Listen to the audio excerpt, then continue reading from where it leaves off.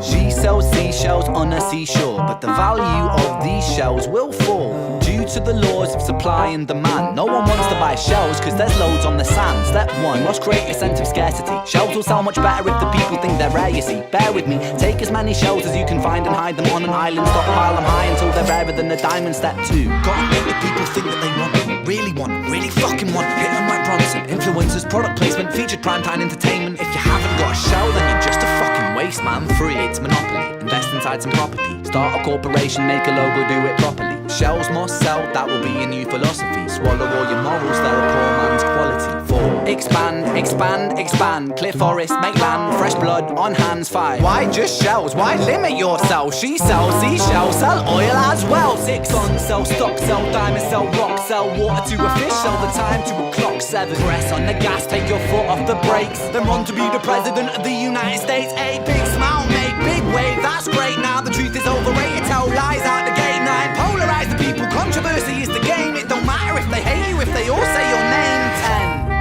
10, the world is yours. Step out on the stage to a round of applause. You're a liar, cheat, a devil, a whore, and you sell seashells on the seashore.